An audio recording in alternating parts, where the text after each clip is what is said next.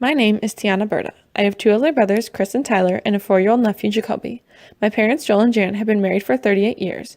My mom is a 5th grade teacher, and my dad is a regional systems manager for Esler Labs of America. I grew up in Coon Rapids, Minnesota, which is a suburb of the Twin Cities. Both my parents grew up on farms, therefore their farm culture shaped the way we were raised. For example, on the farm, there was always work to be done. My parents always kept us busy in activities and sports. Even in college, I found myself busy doing something. One of the ways I feel most connected to my parents' farm culture is through sweet corn. Every 2 years, we spend a whole day picking, husking, cooking, and putting the corn into bags. It is the only corn many of us will ever eat. The teamwork that goes into freezing corn and farming in general shows me how to help others throughout my life. The definition of culture according to Downs is the learned part of human lifestyles such as language, family life, values, and foods. I'm a mixture of German, Bohemian, Irish, Norwegian, Swedish, and Danish. However, I'm mostly aligned with Scandinavian cultures. Most of the foods I cook are similar to the traditional Norwegian meals, such as meat, potatoes, and some type of vegetable. My mom is an avid baker, therefore I also enjoy baking.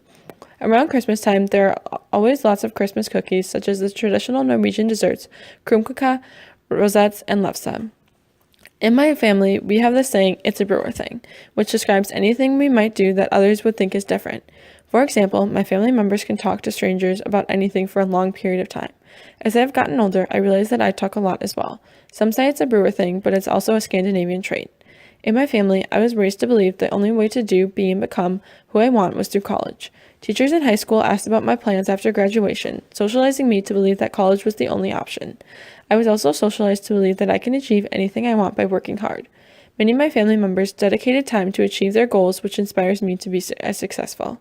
According to Haro, once we are old enough to get involved with institutional and cultural socialization, we will have people tell us who to be and what to believe. I am shaped to believe that all people should be treated with respect, even if they are in a different group. Through my socialization, I have been positioned in a dominant group since I am a Caucasian female and due to my education. Before college, I never had the opportunity to interact with those outside my group because of the suburban life.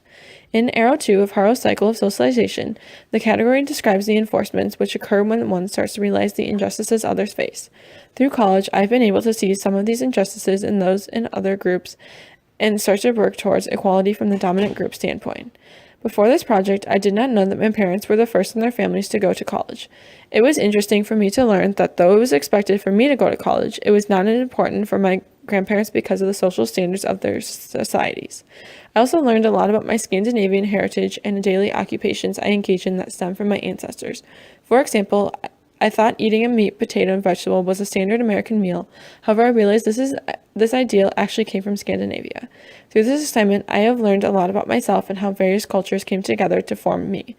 I hope you enjoyed learning as much as I did. Thank you for watching.